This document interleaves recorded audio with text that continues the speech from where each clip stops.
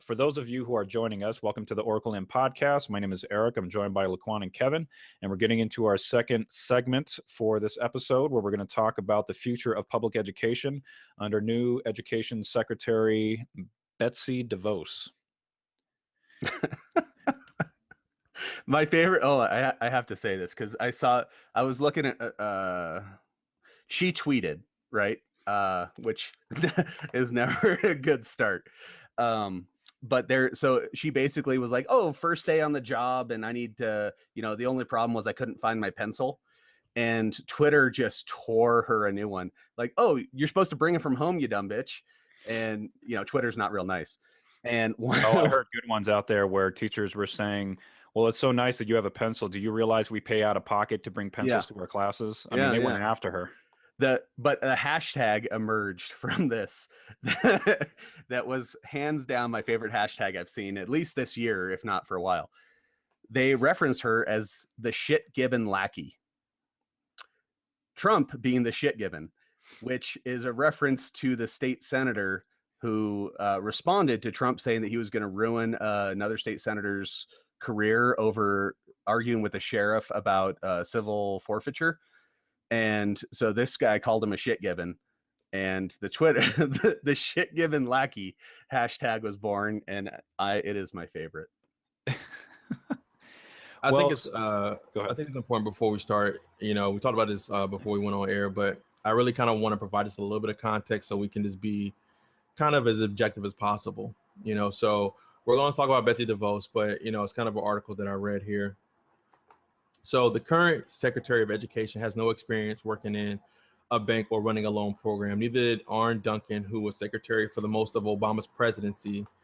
And then the same is true for Margaret Spellings and Rod Page, who both served under George W. Bush, and Richard Riley, who led the department under Bill Clinton. Although it wasn't until 2010 that the Department of Education switched entirely to the direct lending program that we currently have for our student loans. So I just want to put it out there that she's not the first person who didn't have experience running it, but it's her background, everything else that I think a lot of people have the issue with, and I have issue with as well. So I at least wanted to put that out there so we're covering both sides. That we're not just attacking her for no experience when there's been other ones too as well. So and I think so her lack of experience is what dominated the news feed, right? If you're watching, she's grossly unqualified. She has no experience doing any of this. So it is important to note that other people don't have experience as well. The thing that got lost, I think, a little bit was how bad her ideas were. When, definitely the teachers locked onto it. You saw the teachers, you saw some of the people a little bit more tied into education, really tying into like, hey, you can't give vouchers out. You can't send taxpayer money to religious schools just because you don't want your kid to learn what evolution is. And you get the argument kind of twisted and confused so that we're not even focusing on the important parts. We're focusing on she's unqualified. Yeah, but I mean, look, she's more qualified than the guy that appointed her for his job. So I would like to add some context to that. Just so if anybody is not as familiar with Betsy DeVos, she basically was an advocate for education in the state of Michigan. And she's a billionaire, so she had a lot of money to throw around. She had a lot of influence. And when Kevin's talking about the vouchers and sort of her ideology, basically what she wants to do is privatize public education. She doesn't want to take taxpayer money and put that into the education unless she wants to provide vouchers for parents who want to put their kid in a private school. So private means religious to her. Yeah, and actually when you say that, so apparently she was quoted as saying that in her activism, she would like to reform as to advance God's kingdom. So she is really looking at education as a means of being a religious movement, and she wants to steer away from public education where you learn a breadth of everything and start to narrow that into a private school situation, especially something that's religious where you're taught the Bible every day and then you're sort of spoon fed very meticulously these other aspects. There was the picture of Jesus riding the T-Rex. I mean, look up, it's the creation, it's mocking creationists, which, well done. But it was saying coming to a textbook under her, under Betsy DeVos, here coming to your textbook soon. And it was Jesus riding the T-Rex. So one thing I did want to point out, is the Department of Education, I think, was only established in 1980. So this isn't like a long stand. I mean, yeah, it's almost 40, but it's this is something that is fairly new in the US. But and wasn't it this week they also someone introduced a bill to get rid of the Department of Education as well? Yeah, and you know what? Now that I've been paying attention to that, we'll see how much traction it gets. But basically, when the House introduces a bill, they introduce a lot of bills. I mean, I was shocked to see one bill where they had put forth, a proposal to take us out of the United Nations, but apparently they've been doing this every year for like the last 20 years. So this is nothing new, but these bills are being proposed. It's just a matter of, does it get the votes that it needs to pass the House and then gets passed up to the Senate? Will it pass the Senate and then eventually make its way to the president? But yeah, you're right. 1979 is when the Department of Education came into being. And not only am I a huge advocate for education, but working in education, I can understand her point of view. I understand she wants to privatize. I understand she wants to, what she calls school choice, that as a parent, you should be able to take your kid wherever you want to. The problem with that, and anybody who's looked at education historically, is that means that you might have to travel an hour to take your kid to a good school just because, rather than taking taxpayer money to help build a school closer to where you live that'll help on transportation costs, not to mention daycare costs and everything else that comes with that, she would rather remove all of that and just say that you're allowed to take your child to where you want to. I just don't know if that's going to work out in the long run, because of course it won't. It's too strenuous. Of course, I don't like the religious aspect of it. This whole like advancing God's agenda thing, and it kind of just bleeds over a little bit from our last topic. It's just like, why? Like, what if you don't believe in that? You know what I'm saying? It's just like you're pushing again, your religious ideals. But they are truly believing that they're on God's mission. No, and I totally understand. Yeah. But just to kind of pivot real quick, just kind of during her confirmation, again, we talked about this earlier too, is that Robert Kelchen, assistant professor of higher education at Seton Hall, he had tweeted that Elizabeth Warren, and a lot of them should have, a lot of the senators and the people who were grilling her should have asked her more, in-depth questions that said about her own experience, like who she wants to oversee the federal lending program. A lot of people got caught up in the smokescreen of just attacking her as a person, but she's just overseeing everything. But there's still a lot of entities under the Secretary of Education. She's just overseeing a lot of things. So, a lot of questions weren't asked because we want to see, like, where's your mind at? That type of question will let you know, like, well, who do you think you would appoint for that type of position? And then based off that answer, you can kind of tell, where her mindset's at, And I think one of the reasons they maybe didn't dive that deep is because she didn't know what the job actually did. So that was something that you saw coming out from a lot of senators, was like, she has no idea what this job actually is. She doesn't know what her responsibilities are. So I think she's familiar with charter schools, because charter schools is basically a privatized industry that if you can gather enough capital, if you can gather enough support, you can actually build a school yourself. Where public education is where you take, local, state, and federal funds to support that structure. What was interesting, though, is that what she did to Detroit and the Detroit charter school system was basically, and this is what is dangerous about her ideology, is that if you leave that kind of power on a local or state level, she does not provide oversight. She just basically says that, hey, it's sink or swim, but without no oversight, how do you ensure that things are being taken care of? How do you make sure that there's no discrimination? Because there's not. I mean, if you start to get into vouchers for a private school, then what happens if they're saying, well, we don't want Jewish people here, we don't want black people here? They have that right. That's not a what if happens. That's when that happens. I mean, look. Okay, so it was pointed out, I think by Bernie Sanders, was, if you hadn't given $200 million to Republicans, some of that to a lot of it to Trump, do you think you'd be sitting here today? And I think, everyone in there was kind of like, oh, mic drop. And she was like, no, I would be here. Yeah, I want to bring that up real quick because you bring up a good point. I mean, that she bought her seat.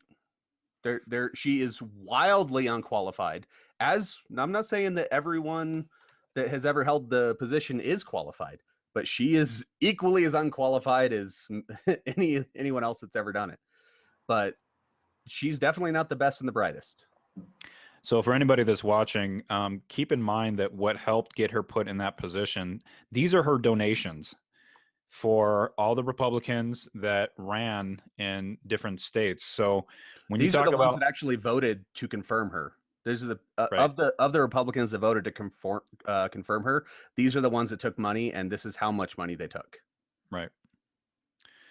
So, this is where I think what's going to be very interesting in all of this is that when Donald Trump was talking about draining the swamp, and he's already admitted he wasn't serious about that tagline. He heard somebody say it and thought, oh, that sounds cool, but he really didn't care about it.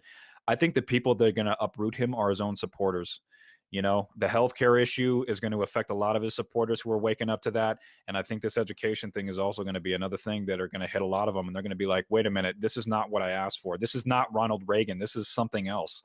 Yeah. And you can already see that she's starting to get the same treatment as Trump, where people just hate her. Where was that school that they physically blocked her from entering the building? And she got out of the car. They were chanting shame on you and all this stuff. Tried to walk in. A guy jumped up, grabbed the railings, and was just like, no, you're not coming in. And I guess she finally got in later, but it was, she's getting the treatment. Yeah, it was just somewhere in Washington, D.C., actually.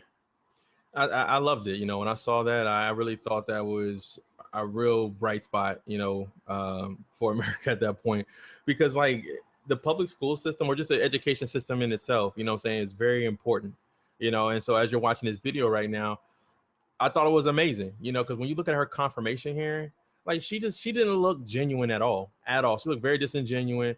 She looked very like, well, I'm going to get confirmed anyway. You could just tell from her body language, like, and she had zero experience. It's like me going up there saying I can do it, but because I contributed X amount of dollars. I mean, if you look at any of Trump's cabinet picks, just his picks, they donate a significant amount of money. Linda McMahon, the Small Business Administration, her and her husband, Vince McMahon, donated X amount of dollars. And guess what? Hey, man, I appreciate it. I got a position for your wife. Same thing with Betsy Devos. Hey, you know what? I appreciate that. You held me down while I was going through my campaign trail. What position do you want? There was no thought put in these positions. You can just tell right now, Sessions, anybody, there's no thought put in these positions. I know we're talking about education, but it kind of bothers me because it's bullshit, Well, so. And he ran on the, I don't need your money. There's no special interest that I'll be beholden to because I'm a billionaire. So what did he do? He started cashing checks because there is no evidence that he's a billionaire. Yeah. Well, let me ask you guys this so that way we can segue into our third segment here. Do you have any final comments? There's dark days coming up for the education. I remember because I work in education too, as well as you. I work on the back end, you work on the front end. It's dark days for K through 12. It really is, and I really hope that when we saw that resistance in DC, I really hope I see a lot more of that. We need that. She needs to be held accountable. She needs to feel that anger, that resentment, and that embarrassment and shame. Like she needs to feel that everywhere she goes, because she is really trying to dismantle this education system. And so if she's successful at dismantling it, we're fucked. It's that simple. We are fucked, because that right there, those are our future generations. Those are our future, that's our future resistance right there that she's going to dismantle. And they're just going to indoctrinate them, turn them into robots, Well, how the hell are we going to get the cure for cancer coming out of classes where Jesus rode a T-Rex? Yeah. Right? Yeah. So it's good, fight the good fight. And she's I think to Q's point though, she needs to feel it, because she's part of that circle that they just talk each other. It's they're surrounded by yes men the whole time. You're doing great. This is the best. You're the greatest thing ever. And they need to understand that no, you're not. Your ideas are stupid. You need to stop, think about what you're doing, and come back with a better plan. And well, you know what? No, go ahead. Last thing, to Kevin's point too, when you're a billionaire or just in a 1%, you don't have to deal with the common man or a woman. You have people who can go out to do it. That's what they call assistants. You don't have to deal with them. So I think with Trump and with Betsy and with Linda McMahon too, at some point too, these are chilling wake-up calls because they're actually in their trenches with people now. They actually have to deal with the common person. And I think for her, this was like, oh crap, like this, what the fuck was this? Like, it's nasty down there. You know what I'm saying? Like, you do all this stuff, up top and think, that you can't have no accountability. And my last thing is, this Batman quote, and it was the last Batman where she was like, you're going to wonder how you have so much and left so little for everybody else, and I always think of that moment because it was, to me, I think it was the truest line that I've ever heard, because and if you look how things are playing, that's kind of how it's kind of going. Like, you've taken so much and left so little for everybody else. And then the scene after that is like total chaos, pulling millionaires and billionaires out their house and beating them up. But anyway, that's all I had. But well, no, I think you're bringing up a good point because, when you're in that upper echelon of society, the restaurants that you visit, the areas that you visit are fairly protected. You got a good police force. It's fairly safe. But then what happens when you have to step out of that and you're expected to go to a place like Detroit or Chicago or Los Angeles?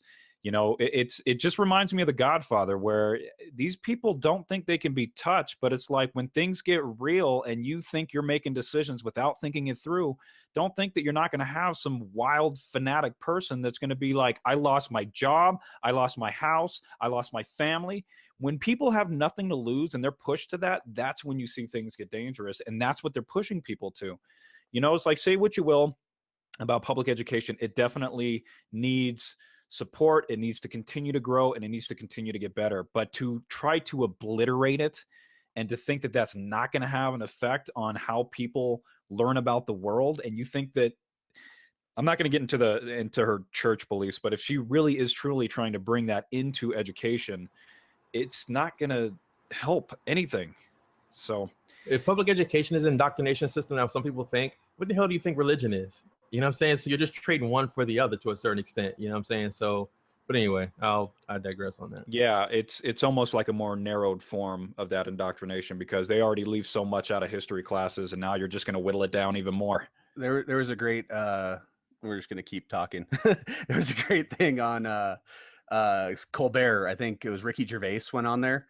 And so Stephen Colbert is, they were always making jokes about, being Catholic and stuff, but he actually is Catholic. He works at the Sunday school. He's a believer. Ricky Gervais, not so much. Atheist, yeah. Yeah.